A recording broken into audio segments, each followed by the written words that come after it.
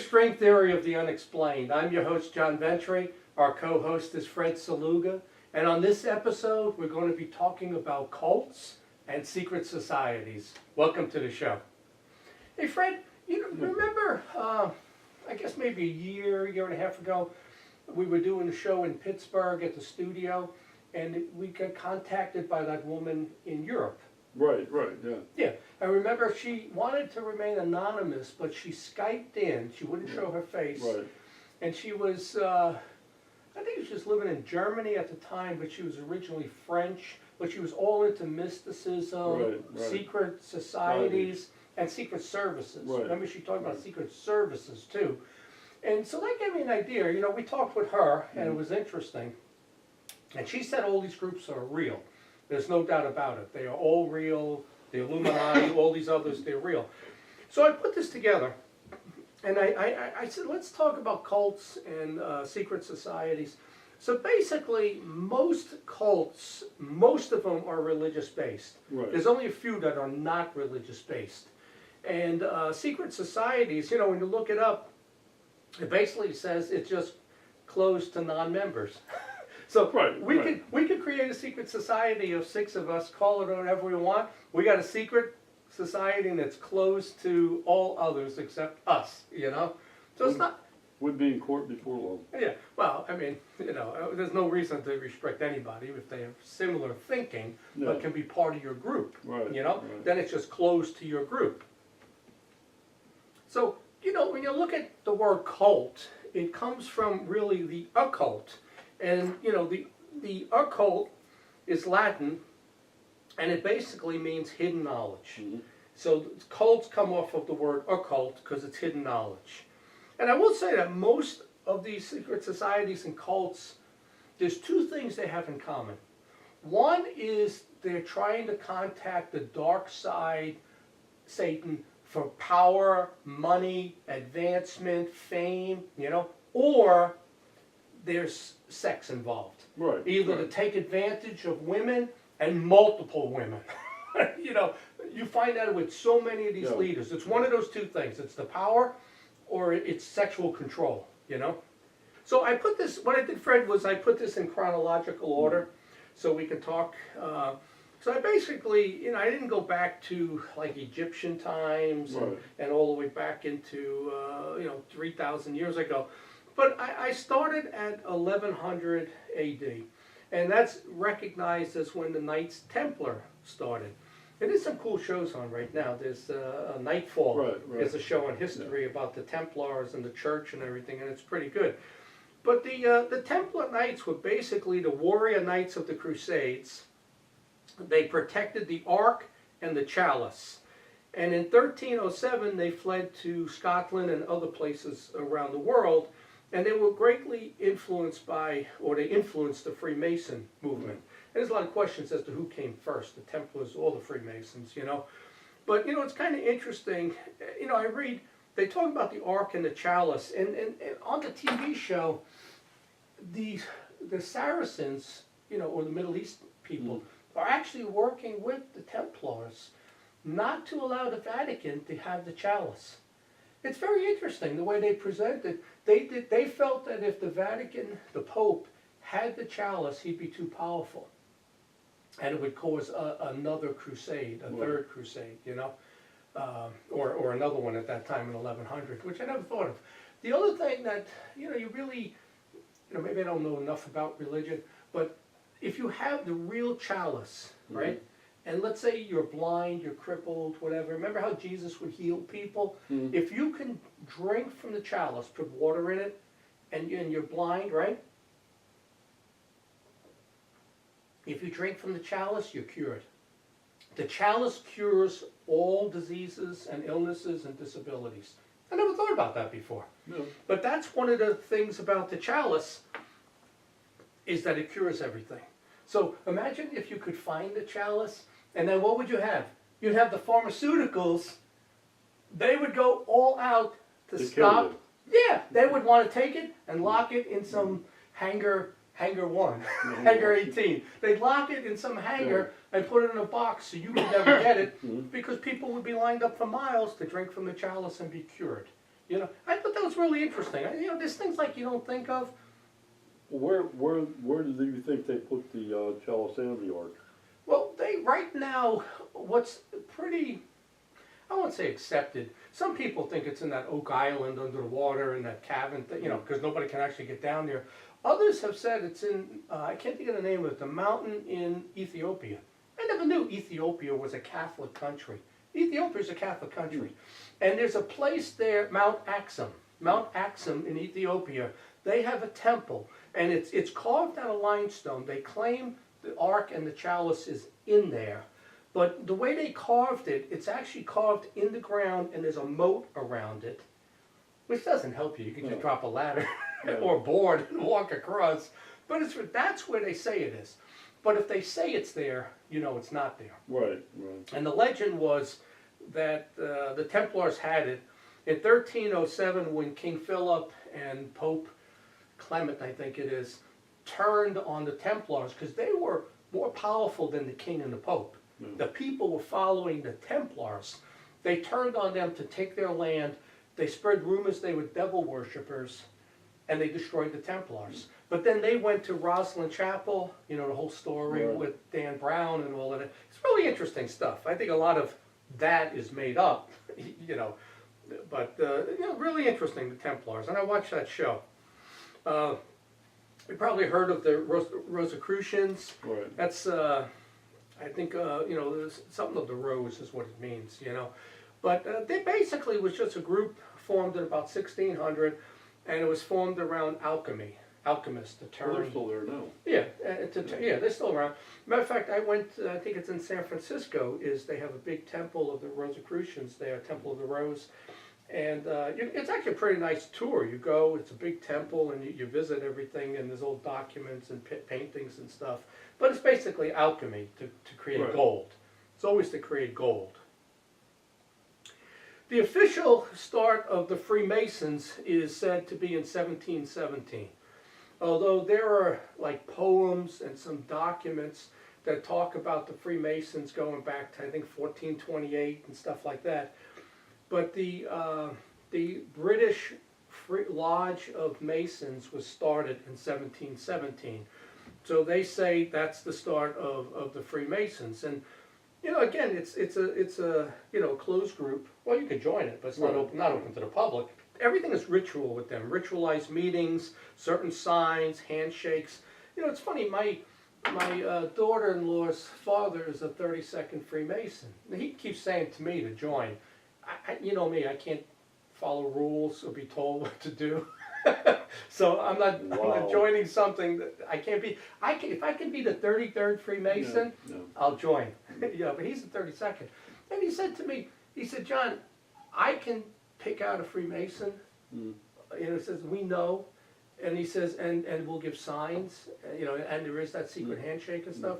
But he says, you'd be surprised how we know each other, and we'll give each other some sort of sign passing on the street and stuff. You know, it's kind of interesting. I had said to him that the Masons hate the Catholic Church. Now he says, no, that's not true. He said it's the Catholic Church that hates the Masons. You know, I've read books written by Masons. They do not like the Catholics. I can tell you that much, and the Pope, and the Vatican. But the one thing he said to me, and I didn't realize it, was that the Freemasons run the Shriners Hospital. You know, the free hospital for the kids. Yeah. He says the Shriners is a Mason-run organization. Now, I give to the Masons, to the Shriners. They on my credit card every month. I give to Shriners, and I give to St. Jude and a bunch of others. You know, but I didn't know that. So, well, here's how the Catholics don't like Masons. If you're a Catholic and you join, well, here's another reason. If I join the Freemasons, Catholics will excommunicate you if you join Freemasons. So that's how much they don't like each other. But what happens is, this goes back to the Templars. They don't like each other what happened was in 1307 when the Pope and the French king turned on the Templars. What they did years later, remember the guy we had on our show, the British guy, the Australian guy, Dr. Peter J. Shield. Well, we visited with him in Las Vegas last year, right? Yeah. He was part of a team to carbon date the Shroud of Turin. Right. The Shroud of Turin, they made the mistake and took a thread from a patched area. So when they carbon dated it, it came back at 1300, not, 2,000 years ago, but 700 years ago. So what the Masons did, since it went back to 1300, they said that when the Pope and the King turned on the Templars, Jacques de Molay was the head of the order. They beat him like they beat Christ, Jesus, right? And then wrapped him in a shroud, and they said that's the shroud of Jacques de Molay, not the shroud of Jesus. You can just imagine how the Vatican felt about that. So that's part of the fight between them. But when we were with Peter in Vegas, he explained they didn't take the original cloth, they took it from a patched area, and that screwed the whole thing up and really caused a problem, because it would have been, powerful to say this cloth is 2,000 years old, but now the Vatican will not allow another test. So, but that's the story behind that. You have the Illuminati, which everybody talks about, right? They're a real group. I mean, they started in 1776, right? The Illuminati is basically opposed to religious influence in politics, right? And if you think about even like the Masons and stuff that founded this country, half the founding fathers, it's really to keep religion out, and it's straight, right, wrong, rules, capitalism, that type of thing. They believe in the power of the people, not in God. They don't want God involved in anything. It's the power and abilities of people. Now, some people say they control world affairs, and they plant agents in governments and corporations and stuff like that. But that's true. They do that. And they're still around. So when we talk about some of these other groups, there are Illuminati at the Bilderberg meetings, at the Skull and Bones, at these other ones. There are people who belong to the Illuminati at those, And there may have been presidents that belong to the Illuminati. Who would be members of the Illuminati? I don't know who. I think that's one that's a closed group, and you don't find out. It's one of those. I think if you find out, they have to kill you. 1832 was the Skull and Bones. That's Yale's oldest student society. It was originally called the Brotherhood of Death. Oh, yeah, That just sounds like a bunch of college kids. Oh, let's create the Brotherhood of Death, And then they changed the name to Skull and Bones. And I think right there, middle left, is George Bush Sr., he was part of that along with his son, President Bush. They used Masonic rituals, and they were part of the founding of the CIA. Really came from this group, and influence with the government. A lot of them were in the government, and that's how the CIA got started. You probably heard of this. The 1872 was the Bohemian Grove. That's in San Francisco. And this is a meeting of the 1,000 most influential men, mostly men. I wonder if there's women nowadays there. But 1,000 of the most influential people are invited here. They do a satanic ritual. They dress up in their hats and capes, and they have I think it's an owl or something. Yeah, it's a big owl, and they burn a bonfire, and they do a satanic ritual.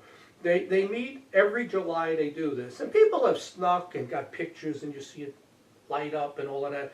I mean, people, Dick Cheney, President Nixon, President Reagan, Arnold Schwarzenegger, they were invited here.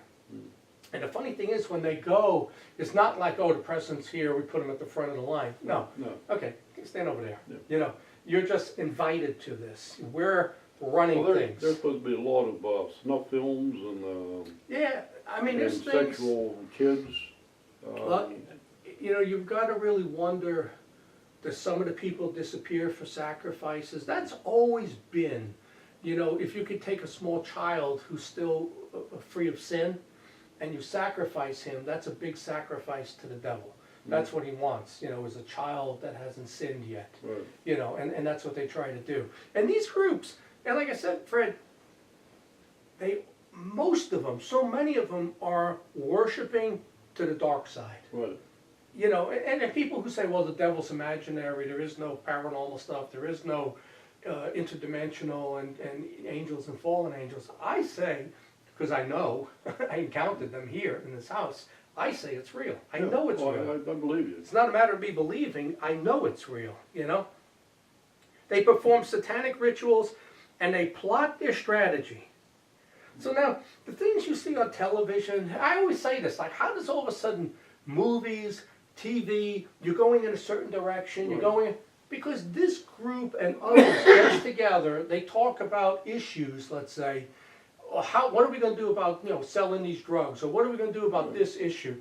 And then they say, okay, we'll get the media, the entertainment industry, movies, music, and we'll push them because some of those people are at the meeting. Right. And all of a sudden, this is what you're seeing on TV, and 70% of the people follow what they see. And this is where it comes from. This stuff doesn't just happen. Well, this, you know, it's created. Like, it would be like the aliens. You get back to the 50s, the aliens come down, was taking over, killing people, and then you got E.T., then you got Close Encounters of the Third Kind. Now they're good people. Well, yeah, that's true. They show the alien, you know, from originally being a monster-killing creature to being the good E.T., the extraterrestrial. They're showing a certain picture of it, because when it happens, they want you to believe this. And what's our favorite group that tries to do that? You were talking to Renio Hernandez, right? Free. Free. Yeah. Free. What a name. Free. 83% of the people surveyed of 3,000 people. 4,000 people? 4,000. Well, okay, then there's 3,200 that said alien abduction was a good thing. How can you believe that? How can anybody believe that? They can't wait to do it again. Yeah, they can't. So you know what I told him when that came up 2 years ago? I said to him, Renio, if you believe this, and I've had big arguments with him, I said, if you believe this, I don't know if you're a grandfather, you have kids, offer your kids up to the aliens. No. Offer your grandkids up to the aliens. If it's so good, offer your grandkids. It has to be better than a public education, right? The experience has to be better than going to public school. Give your grandkids to the aliens. He made the statement that it's all doctors and PhDs have done. That's why those PhDs that couldn't find a bleeding elephant in 6 foot of snow. I mean, let's face reality here. You know, I said, why don't you take a ride on one, have them probe you, and then see how you like it. Yeah, yeah. And Well, next thing I know, he's not on my Facebook page no more. well, that's what they do. They Yeah. cut you right Yeah. off. But it just goes to show, just because you got a wall full of degrees and other stuff, how easily you're manipulated. And you see, I've seen it in so many cases. And you know, they always grabbed. Remember, we talked about Morris Jessup, and he was an astronomer. We talked about all these other people. They were credentialed people that were easily manipulated, you know. And didn't Richard Doty do that with Linda Moulton Howe? Yeah. They just manipulate you. So, you know, just because they have PhDs doesn't mean anything, really. They're human, is what it comes down to. So, my neighbor across the street, and I don't know if I told you this, Fred, remember the conference when you came over and Jen Stein and Travis Walton and them, they went to the cemetery back here, and you went to your room at the hotel, and the banging on the door, the phone calls, all of that. I'm talking to my neighbor across the street who attended our conference. He didn't know about the stuff that happened to you and Travis, right? He says to me, I'm getting these sonic booms in my house. What did I describe in this house 3 years ago? Boom! It's like incredible. Inside the room, a sonic boom. He says to me, I'm getting these. I said, when did they start? He moved there in September. He says, ever since he moved there, he's getting these sonic booms. They're waking up in the middle of the night, not knowing what happened. He said it sounded like somebody dropped a car on the roof of his house. Boom! Wonder what this area was before they built the houses here. I'm convinced this was an Indian burial ground. You got a cemetery there. This could have well have been an Indian burial ground. And they just added the cemetery and probably built right over it. Who knows what was here? He's getting it. My neighbor next door heard the boom outside her house 2 years ago. She texted, emailed me and said, John, did you hear that at 10:32 at night? Of course, I heard it because I was having that activity here. So here's 3 neighbors having the same issue of sonic booms in their house, you know? Well, I checked into the history of the. I might do that. area. See if you can Yeah. find out if there was an Indian burial ground or something here. But he tells me about, he goes, oh, the False Face Society. And I said, what? The False Face Society. He goes, I'm interested in that. Well, get this. Remember how I said, is what's going on in my house related to Native Americans because I Right. lived in Oklahoma? Right. I went over his house. His whole basement is full of high-end, nice Native American paintings. He's all into collecting Indian stuff, you Wow. know? And he's having these problems. So he mentions the False Face Society, which was Iroquois Indians. I didn't know this when we did our episode on the Native Americans. But they're Iroquois Indians that they believe in this hunchback spirit that can cure you. The thing is, so if you come to the group wanting to be cured, they put this twisted wooden mask on where the face is twisted, and they do their stuff. Focus, yeah. And then if you get cured, you have to join the False Face Society. Really? So it's kind of cool. So then I researched it further. 1962, Batman issue 152. Here it is, the False Face Society. These were the criminals wearing masks and stuff in a Batman issue. And they appear in some of the Batman issues, the False Face Society. And then there are cosplay groups where they dress up like these Batman characters, and that's what they do. So that's all from this False Face Society. Yeah, it's kind of interesting stuff. Madame Blavatsky, in 1875, she founded the Theosophical Society, Right. which was really the forerunner of the New Age movement that people talk about now. And she was the head of that. And interesting thing I read when she was on her deathbed in 1891, she said that the ascended masters were really demonic entities. You know how people are trying to contact this universal consciousness Right, and right. universal knowledge, and there's all these layers of ascended masters. She's the founder. She says that the ascended masters are really demonic entities. Well, You know, and so many times it comes back to that same thing. There's angels and fallen angels. And that's all there is. Maybe. You know? maybe. Maybe.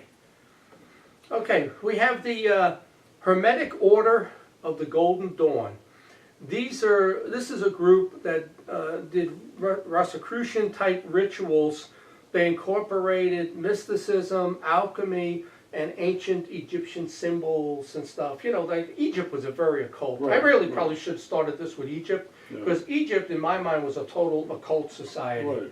Everything they did, their rituals, the statues, everything they did was very occult. And the members of this group was Yeats and Aleister Crowley, Right.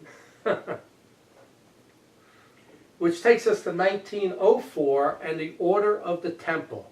This one was founded by Aleister Crowley because he was a member of the other one. Right. They have 3,000 members today. It's a satanic group. They take Egyptian gods like Anubis and they evoke Satan and the Egyptian gods, and that's how they try to get their power.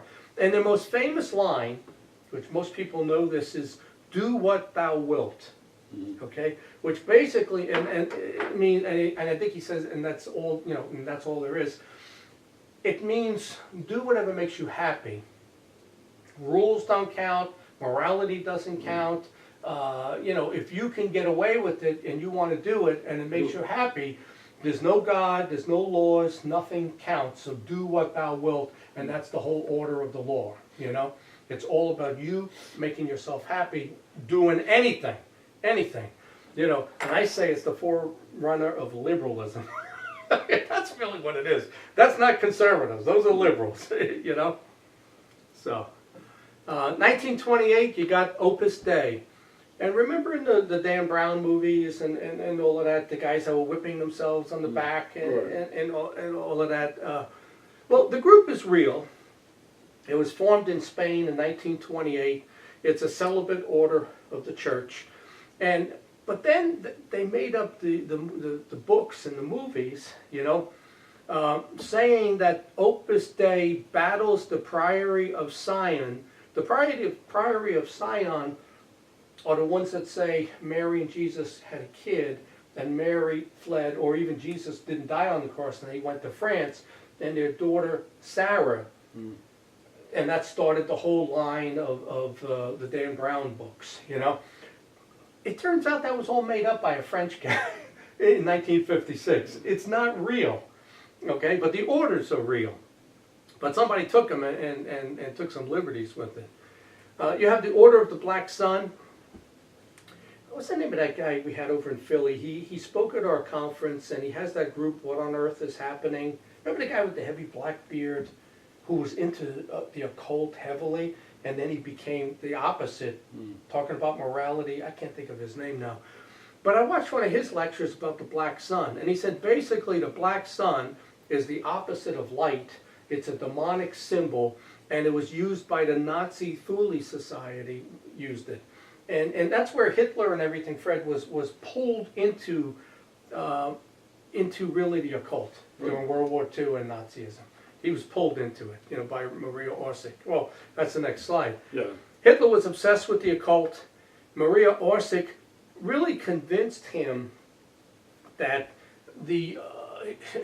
that there was a group under Antarctica, a hidden Earth under the Earth, called the Vril, and which was based on a novel, The Coming Race, written in I think 1872 or something. And that's really the origin of Nazism, and a lot of what Hitler did was to get occult objects and belief that he would get power. But she manipulated him, Maria Orsic. It's really interesting, you know. Then you got Scientology, right? I remember as a kid, I used to see those commercials, Dianetics. Right. Remember, it was like, big explosion. Dianetics by L. Ron Hubbard. Right. You know, and we know the story of L. Ron Hubbard, you know.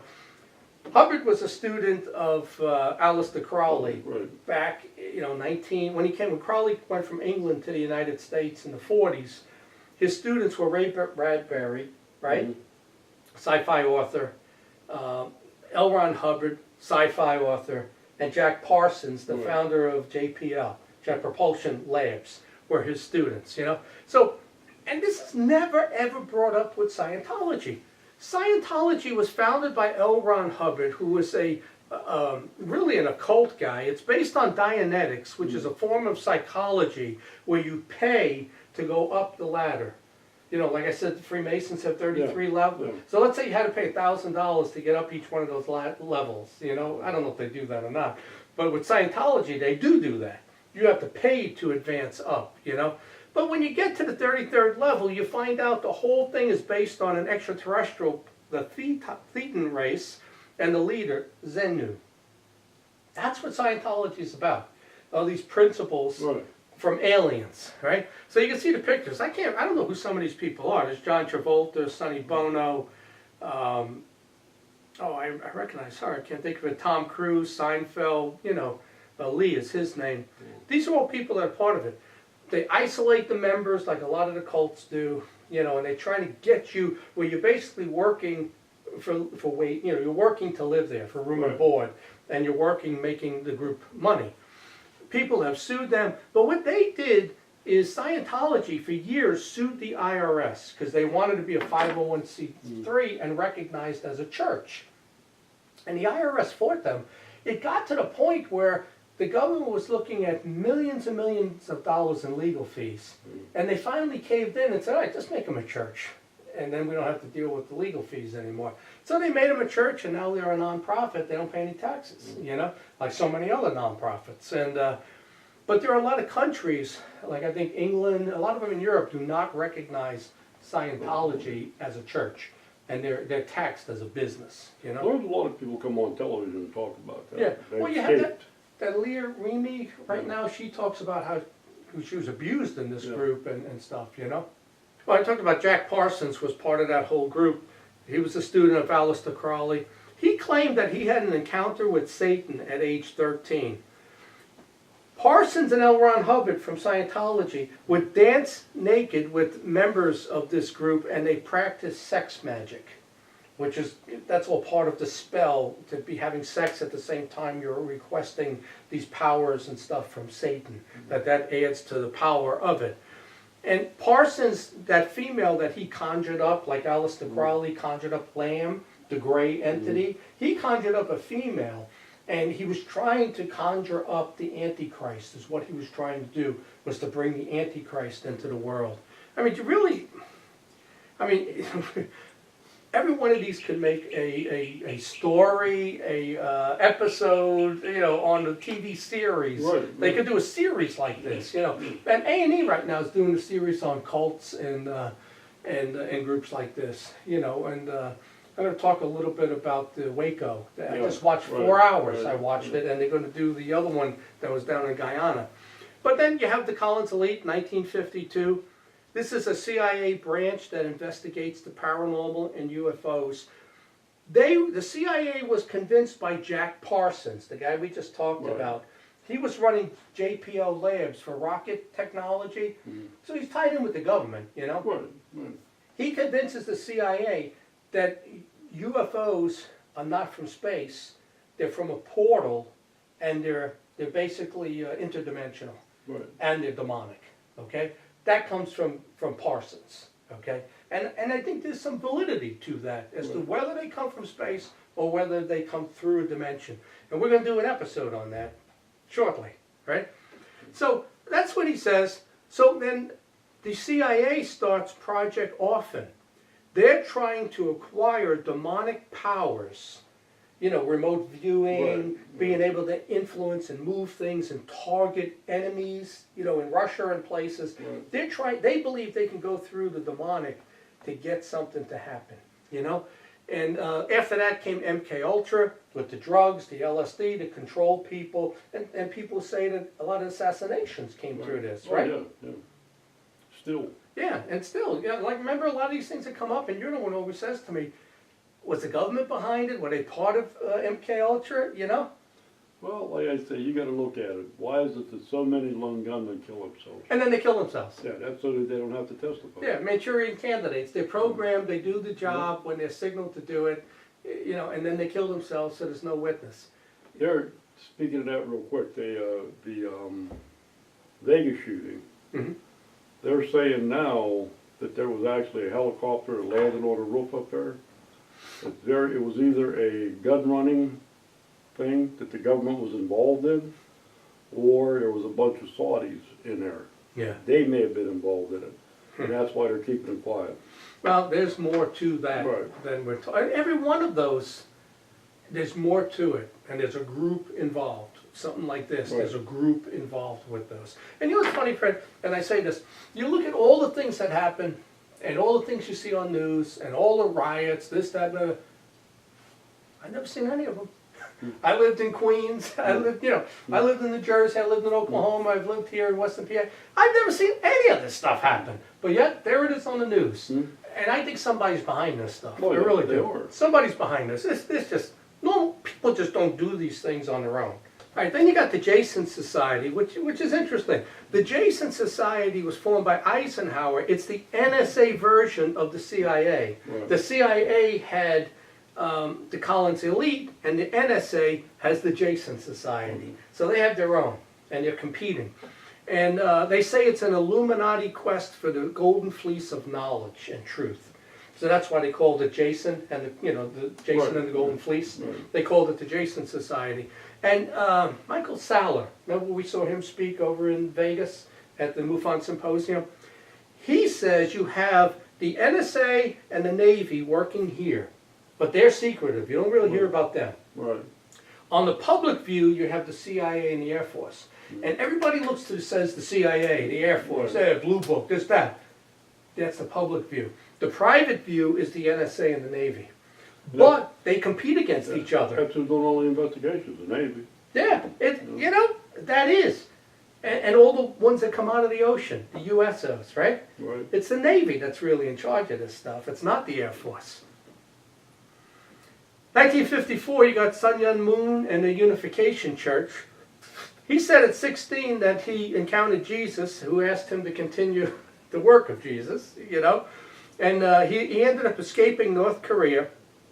After 7, and when you joined his church, after 7 years, your members, he puts you with your wife. He picks your wife and husband, He does it, not you. You don't pick who you like, he picks. You know, it's amazing the control on all of this, you know. He ended up moving to New York City, all kinds of lawsuits. He was charged with tax evasion in 1982. But the church is still there today, and he died in 2010. That's a religious cult, you know. 1954, you have the Bilderberger meeting, the first one. And Bilderberg is basically a hotel in the Netherlands. That's what it is. They refer to it as the Bilderberg meetings, but it's really the Bilderberg Hotel is where they met, you know. Right. So again, this is top secret. It's an invitation-only meeting for Americans and Europeans. And everything is totally secret here. Well, one of the interesting things about that, when Barack was running against Hillary, Yeah. okay, Hillary was kicking his butt there for a while. Yeah, in the beginning, yeah. Then they went to the Bilderberg meeting down in Virginia. Yeah. And right after, she just started to fade away. Yeah. Well, I believe, Fred, that that's where some of this stuff is determined. I think That's where they say, they this wanted- ain't quite working, They you know? wanted him as president first, and then she was going to get a second. But then Trump come in Yeah. and screwed that whole Yeah. thing up. But when you think about it, that was a huge mistake on their part. Because Barack Obama's 20 years younger than Hillary. Mhm. You should have gone with Hillary first. She Right. would have won. Then Obama, and they would have had a 16-year cycle going. They made a mistake by going with the inexperienced guy first, Right. as opposed to Hillary. That was their mistake. And Trump surprised everybody. Mhm. And there may have been people helping Trump on a different side. Right. You know, I know all the churches were behind Trump. Right. I was surprised I go to 4 churches here. Right before the election, at this masses, they all said, we don't take sides, but Donald Trump will do the things we need to get done Right. regarding abortion and protecting the rights of churches and free speech. They were on his side. All the evangelical churches and stuff were on his side. Their meetings are totally secret so that people can speak freely. There are no minutes kept. It's Right, not right. publicized, and that's why it's secret. You know, the Priory of Sion was in France, 1956. Was basically a hoax that they fight the Opus Dei to keep the secret of Jesus and Mary and Sarah secret. You know, but that was made up, and they proved it was made up. There was no such thing. You know, but the group does exist. You know, you had Kennedy's speech back in 1961. You remember that? We've talked about that, where he talks about you know, secret societies and closed groups and all of that. Really interesting speech he made back then, considering he was just, you know, newly elected, and he saw the secret societies and the cults, and he knew this stuff was real, and that they influenced politics big time.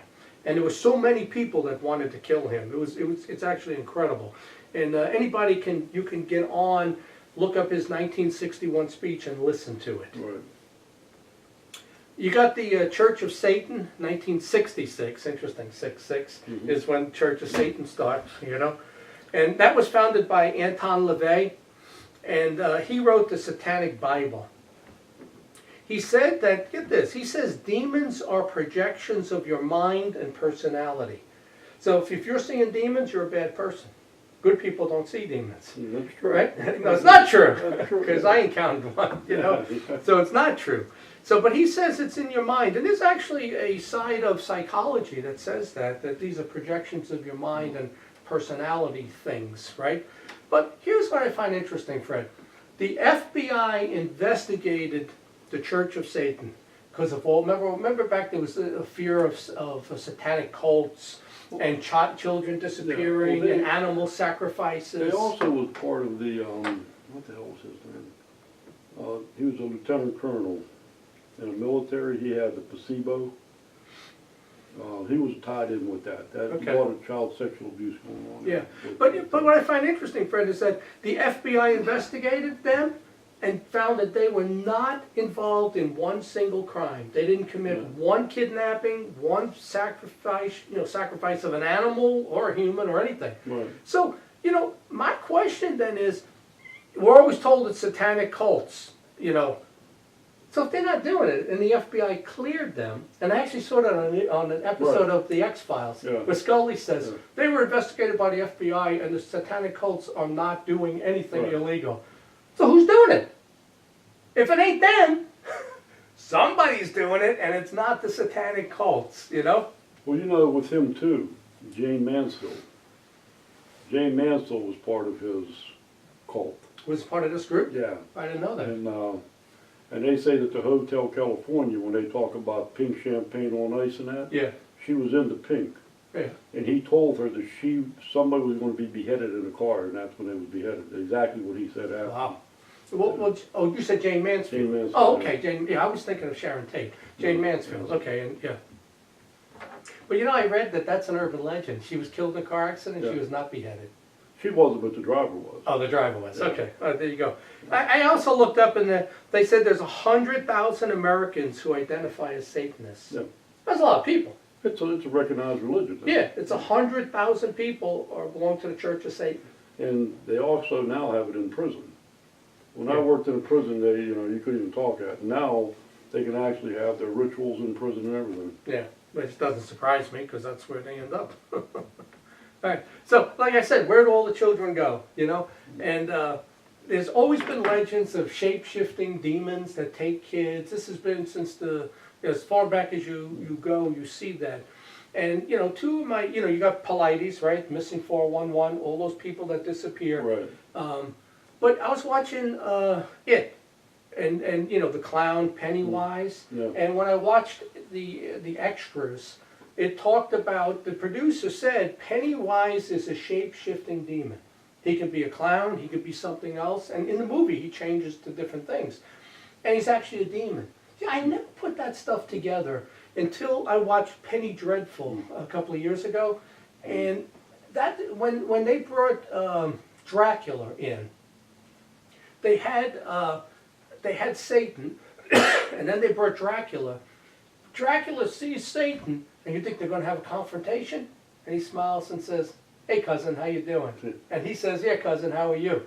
And that's when I said, "Cousin, so you tell me Dracula, vampires are actually demons?" Hmm. And I started looking it up. Yeah, Yeah. they're demons. They can't be in the sun, right? They drink blood, they kill people, they're evil, they operate at night. Right.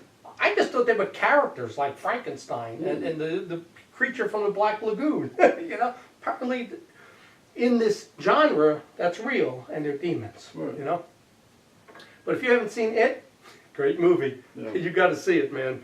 So much better than the original. Okay. 1967, you got Manson with his cult. This is one of the few non-religious cults that was out there. What he believed in was that a race war was coming. That's what he called Helter Skelter, Right. was a race war. He actually set up 9 blacks. He committed the crime, him and his cult, and pinned it on these black guys Yeah, yeah. because he was trying to start a race war. I never knew that, And then what he figured, once all the fighting was done, he said he believed the blacks would win the war, but that he would emerge as the leader of everybody.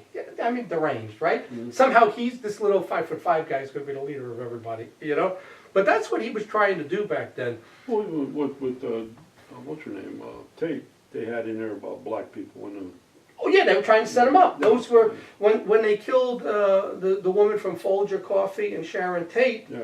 They tried to make it look like Yeah. blacks did it because they were trying to start a race riot, and it's a shame. That's what they did. And but when he went there, he was not going to kill Sharon Tate and the Folger heiress. He was going because I can't think who was the guy that was living there. He was actually a musician, and he had one recording episode, and he went to this guy's house. And the guy didn't like his music and said no. So he was angry. Like 6 months later, he goes back to kill him. Not Truman Capote. Oh, it's a famous name. It was a guy who fled to France because he raped a girl that was like 13. Yeah. So he That went. was his wife. That was his wife. Sharon Tate was his wife. He went back to kill the guy who no longer lived there. He moved. Somebody else bought the house, and he kills the people that were living there. They were not the target. It was the other guy. Roman Polanski. Polanski, right. There he I know is. that was it skiing there somewhere. You know what, Fred? Have a drink. We're over 60. We can't remember anything anymore. But you know what's interesting about him? He was from West Virginia. Oh, was he? Manson? Oh yeah, he wrote a letter to, when they put him in jail, the West Virginia Penitentiary, he wanted to come down there and stay because that's where his family was. Okay. And the one girl, I forget which one it was, he used to go with her. He became a disciple of his there. Okay. So, Well, he just died 2 months ago. yeah. He just passed away in November of 2017. But that's one of the few non-religious cults. Here's one that's going to gross you out. 1970 is the Brethren. They're basically vagrant garbage eaters. They eat out of garbage pails. They shun all contact, no technology, no medicine. They don't bathe. They basically work some odd jobs. But there's a whole bunch of these people, I think in California, belong to the Brethren. They're intelligent hobos. California's the land of fruits and nuts. Absolutely. And all bad ideas start in California. Yeah. All right, 1974, you got the Raelians. Raelians. Brilliant. You know, it's funny. At one time, with MUFON, I asked Clifford Cliff, are there any UFO religions? And I had heard about this one. I said, what about the Raelians? And he got all upset. No, don't join them. You don't want to join them. That's a French ET religious cult. It's a sex cult. Then I'm thinking to myself, why don't I want to join them? But he got all upset about it. That's the group in 2002 claimed they cloned a baby. And it's basically just this open sex environment with this group. They got a cult down in West Virginia. I don't know. I read about it, but I can't remember the name. Well, they're all over. They want to clone somebody down there. Mm-hmm. And they got rid of them. They ran them out of West Virginia. Well, they got a lot of publicity because they claimed they cloned the baby. And they've never proved it, but that's what they said to get, you know, you come out and you say that stuff and what happens, you get donations. And that's what basically happens, Right. you know. 1977, you got Jim Jones and the People's Temple. That A&E is doing specials now, and Yeah. Jim Jones, I think, is coming up. I saw the commercials for it. But he's got his group in Utah, San Francisco, Los Angeles, right? And New West magazine does an article on his group. Right. I guess it wasn't all that nice an article. He then takes his group and relocates to Guyana, right? So this Congressman Leo Ryan says, I'm coming to Guyana because the parents are complaining that these people are being held hostage. Right. They're, you know, like all the typical cults, you know. So he flies there.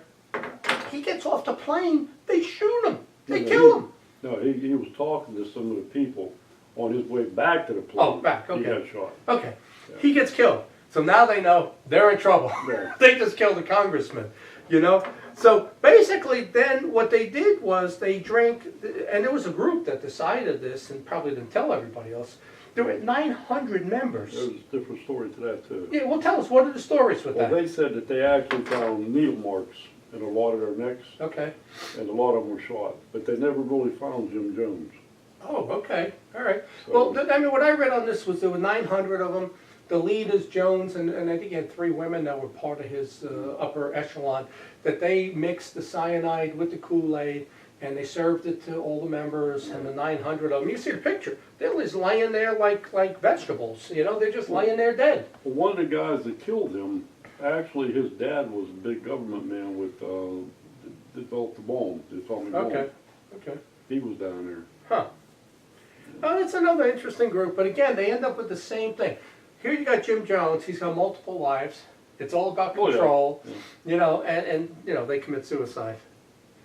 You got the snake handlers, you've always seen this, right? West Virginia people. Yeah, West Virginia snake handlers. 5,000 members today. 5,000 members. I was in Miami last week, remember I told you? Yeah. There's a guy walking, I stay on Ocean Avenue in you know, the hotels, they got all the neon lights and stuff, right on the beach there. There's this guy walking, he's got one of these yellow and white pythons around him, carrying it with the head. And like people, girls were walking past him, it's like, and he would walk up to him and go, boom!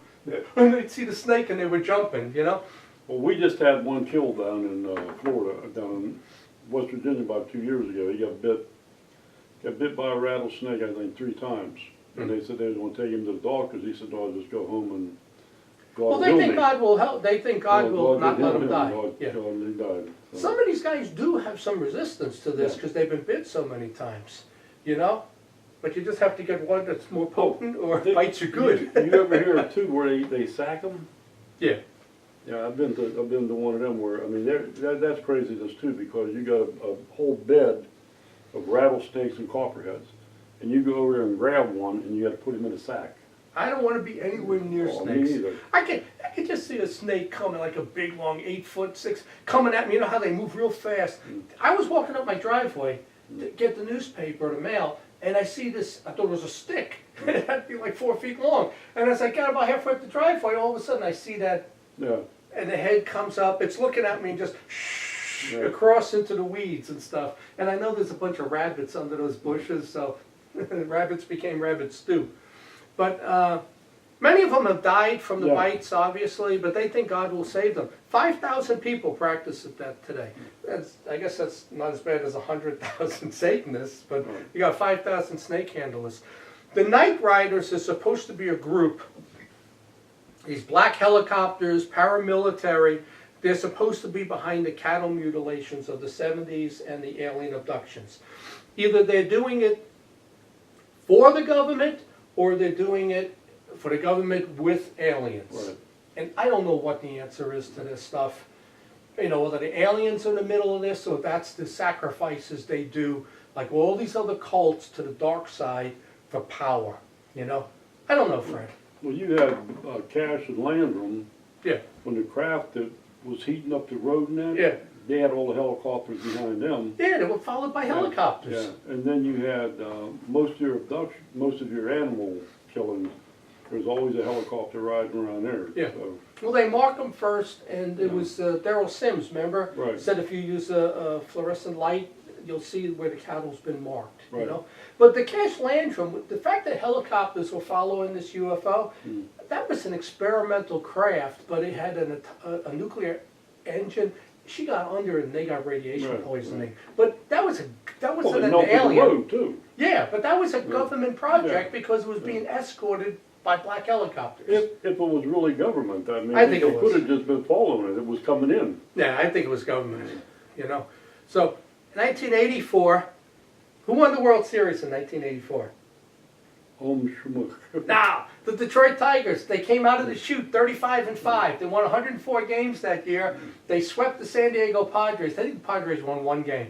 But they won every playoff game. That was my team of the 80s, was the Detroit Tigers. Alan Trammell, Lance Parrish, Lou Whitaker, Jack Morris, you know.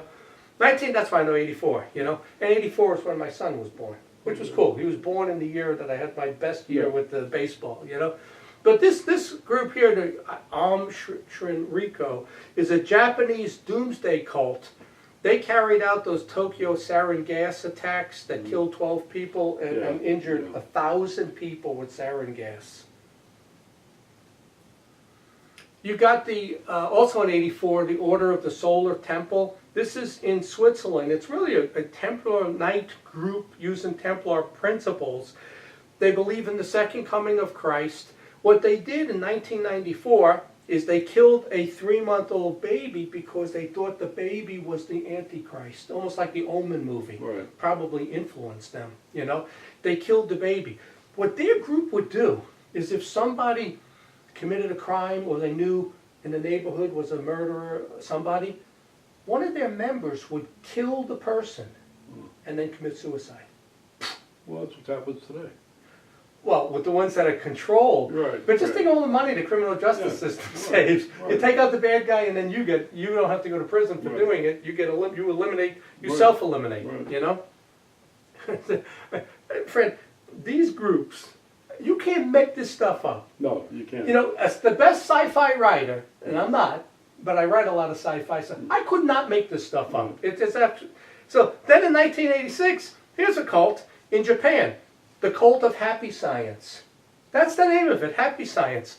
They have 12 million members. The Cult of Happy Science. They're a nonprofit 501c3.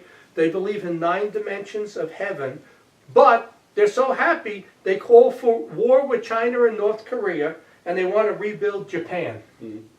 How are you going to win war with China? You know, Japan has 130 million people. China has exactly 10 times as many, 1.3 billion to 130 million. So people are crazy. That's my conclusion with all this. This one I want to talk about because I just watched the special, Waco.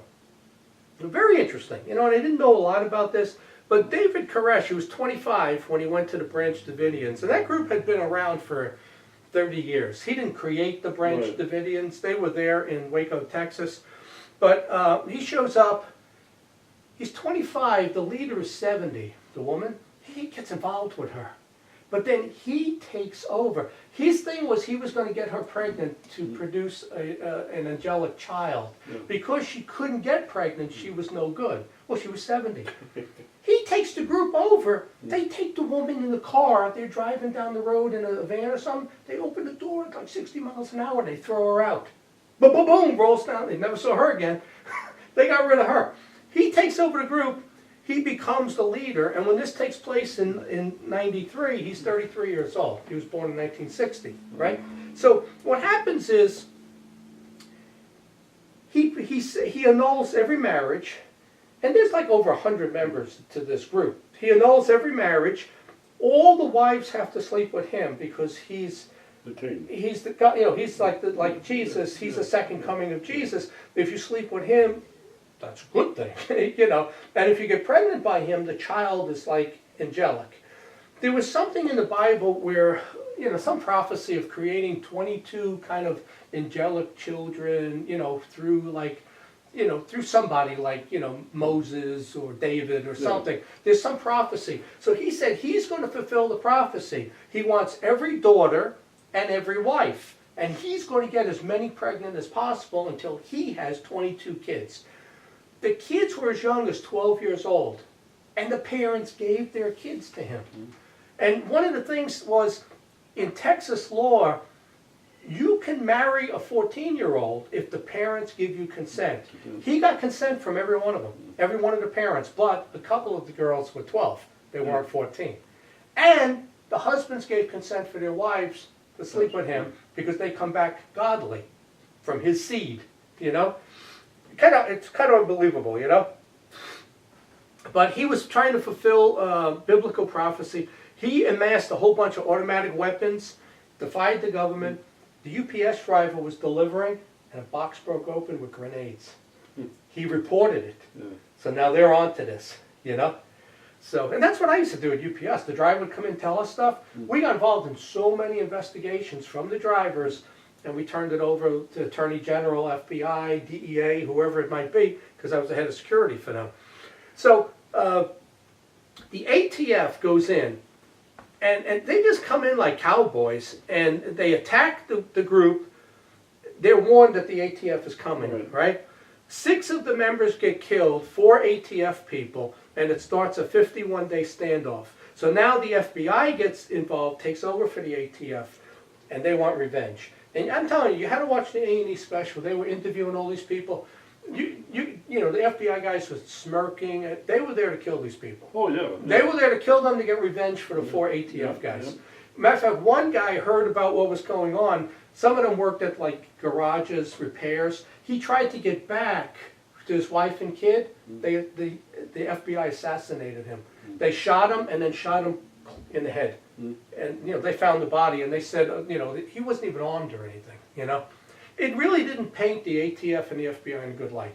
Well, they're never in a good light anyhow. They killed what's called up in, what was the guy, his wife was holding a kid, and they popped her. Yeah, I mean, there's been a number of instances where it's a power struggle. Yeah, the Branch Davidians, the next year what happened is really interesting too.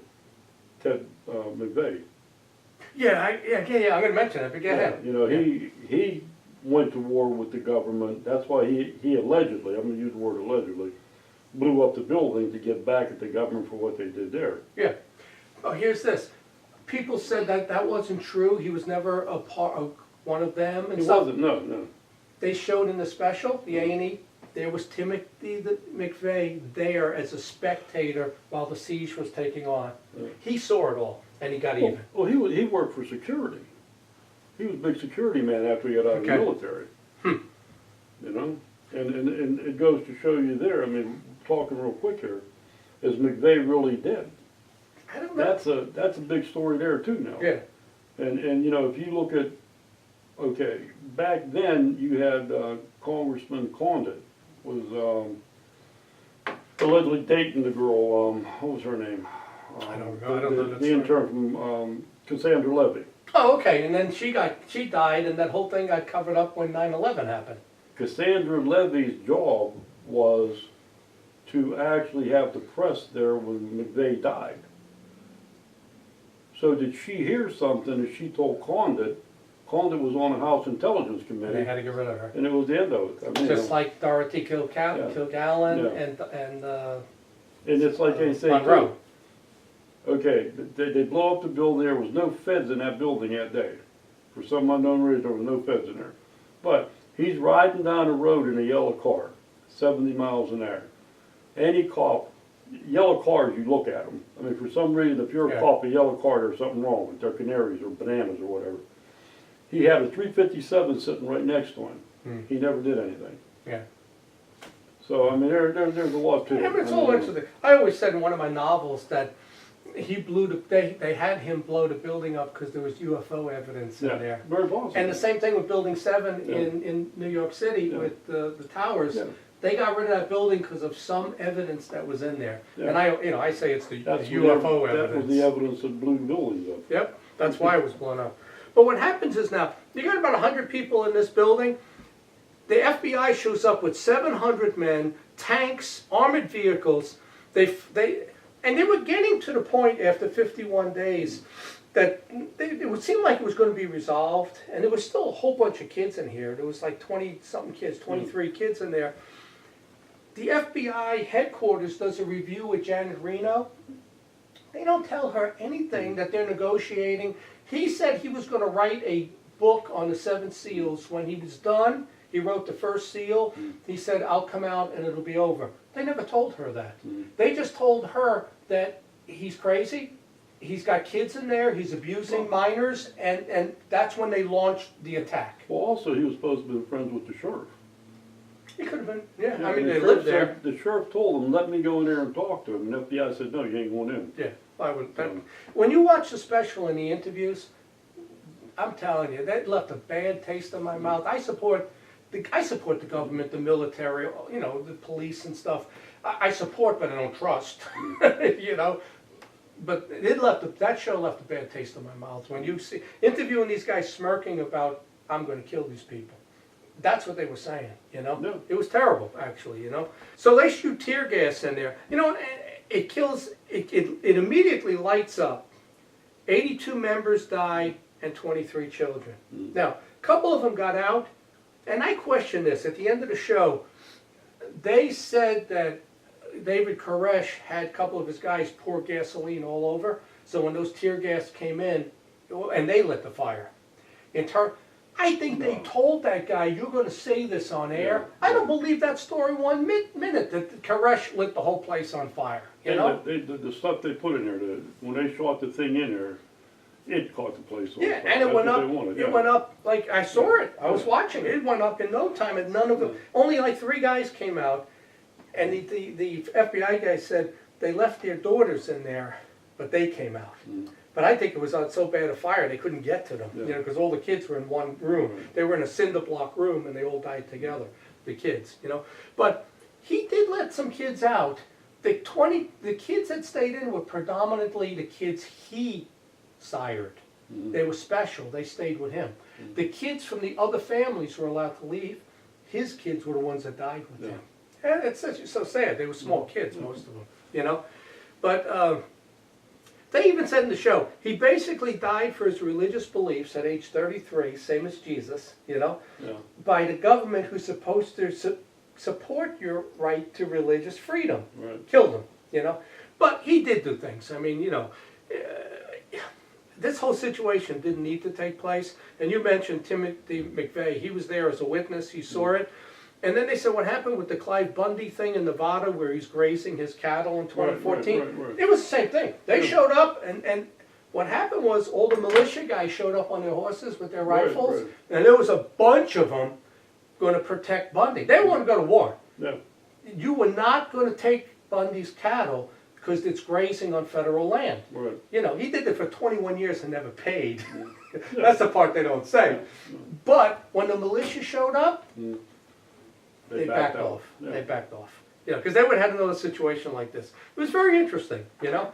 Another cult, you got the Heaven's Gate. They started in 74 until 97, had 39 members. They believed the UFO was trailing the Hale-Bopp comet in 97. It's funny, the Phoenix Lights was 97 also, Right. at the same time. They had the Phoenix Lights. What they did was, again, they committed mass suicide.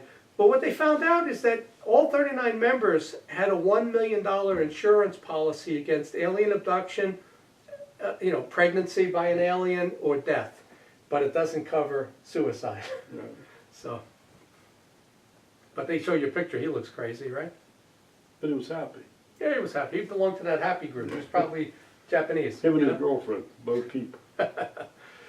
You got the Manhattan Congregation of the Light. This is 200 well-to-do Aryan members who are doomsday preppers. Again, they match the old men with the younger women in their 20s and 30s with 60 and 70-year-old men. The kids are born into this cult. They become part of it. They're a nonprofit 501c3. And everything I read about it, to me, sounded like Eyes Wide Shut. It sounded just like the Tom Cruise Kidman movie, Eyes Wide Shut. I think this may have been the one that they did the movie on, you know, and got the producer killed. There was a lot of problems with that movie. Yeah, because these are what really goes on, and you're dealing with 200 people that are probably all millionaires, and a few of them are billionaires, and belong to the Illuminati and some of these other groups. Who was the producer? He did. He did 2001, Space Odyssey. Stanley Kubrick. Yeah. I heard a voice. It said Stanley Kubrick. You know, you got the whole thing with CERN. We've talked about CERN before. Are they trying to open a portal? Is this to open a dimension? You know, they got the goddess of destruction, Shiva, right outside CERN. It's built on the site of Apollyon, who was the gatekeeper of hell, the Roman site. You know, you got the Gotthard Tunnel in Switzerland, right in Geneva, next to CERN. They spent $9 million to do a satanic ritual to Baphomet, June of 2016. I mean, what is with all of this satanic stuff? You see so much of it with these groups, you know? You got the Denver airport, full of occult symbolism. There's a Freemason time capsule in there to be opened in 2094. And, you know, someone told me, if you watch Close Encounters of the Third Kind, when they give the coordinates, it's the Denver airport. Yeah. How do you like that? It's the Denver airport. And this stuff is all around us in the entertainment industry. Hangar One, we did an episode on the Denver airport. Right, I know. The paintings, they basically have all these people dying of some sort of virus, right? Then you've got another painting as it progresses. You got all these kids turning weapons over to this Illuminati German kid who's got a hammer and is crushing the weapons, destroying them all. Lastly, we got the Boston Church of Euthanasia. This group wants to restore the balance of Earth. They're basically a bunch of, you know, mostly females. There's some males in the group. Female liberals who want to restore, environmentalists is what they are, right? They forbid pregnancy. They promote abortion if you do get pregnant. They promote suicide because they don't want a lot of humans. If someone dies, they say you should eat the person because why waste good meat? Oh, yeah. They promote gay and lesbian lifestyles. And their motto is, save the planet by killing yourself. Can't beat that with a stick, I tell you. Friend, there's mental illness all around us, you know. I mean, it's amazing. But you see it all in the entertainment industry. Whether it's shows like Lucifer, they sell Ouija boards, certain movies, Harry Potter, Maleficent, you know, Black Sabbath music, even in video, PlayStation 2 games. Yeah. There's so much of this demonic stuff. I think it's all part of what they call it. Like when they show you a movie, like you're eating popcorn in a movie. Brainwashing? It's brainwashing, but they got a name for it. Subliminal. Subliminal, It's yeah. all subliminal. You don't Well, yeah. know, you don't really know, and then you're part of it. You start to believe it, and when it Yeah. happens, you accept it, Right. basically. But, I never realized until maybe a few years ago, I always knew there were conservatives and liberals, but I believe now that this is basically a personality trait. Right. It's not, you're not a conservative because you're the CEO. It's a personality trait. I mean, and you're not liberal because you want to protect the environment and you're not the boss, because there are liberals that are bosses, This is a personality trait, whether you're liberal or you're conservative. It's just like you're born gay or you're born straight. You're born liberal or you're born conservative. I don't think you choose. I think you're born this way. I think gay. I think you can go. You think people choose? Yeah, I think a lot of times if you look at a lot of kids today, their mothers dress them up in dresses and You can influence them the wrong way. And I think a lot of that. And I did a paper on when I was going to the police academy and I was going to college, I had to do a paper on homosexuality. So my ex-wife and I took her with me all the time. We interviewed a bunch of them. Okay. And a lot of them, I've always thought it was just you were born that way. Yeah. It's just another minority group basically. But it's funny. I was watching. I can't think of the movie now. But Russell Crowe. He says the things you do follow you through eternity. Right. Yeah. So I mean, the way you live your life, the things you do, the choices you make, it's all about your soul. And I think these are just personality traits. And then I read this other line, says, like a flat tire, it won't take you where you need to be. Right. None of these people in these cults and groups and stuff are getting to where they need to be. There's a lot of mental illness in all of this, It's not really mental illness, it's brainwashing. I mean, they get them to believe. But you got to be very easily influenced for this to happen. Well, but a lot of the people they're picking, I think, they come from bad families, they come from growing up bad, and they pick the people like that so they can fit right in. I mean, Well, I've always said that, and I told my kids, you don't have to be accepted. Right. Don't worry in school to be accepted and go with the crowd. I tell them not to go with the crowd, and that's what I'm going to tell my grandkids. Leaders are like eagles; they don't flock. You don't ever see an eagle in a flock of birds. Right. That's the way you need to live your life. You don't have to satisfy other people. You don't have to go with the crowd. And 70% of people are sheep, and they flock. Sheeple. Sheeple. They're sheeple. That's right. They're sheeple. People are sheeple. So that's our episode, Fred. I think this was kind of a long episode, but I thought it was a good one. It was, yeah. Very Interesting as to how many cults and secret societies are out there, and I'm sure there's a lot more of them. Right. And they do go back to Egypt and all of that, and we probably should have started at Egypt. So, all right, that's our episode, and we'll see you next week. Thanks.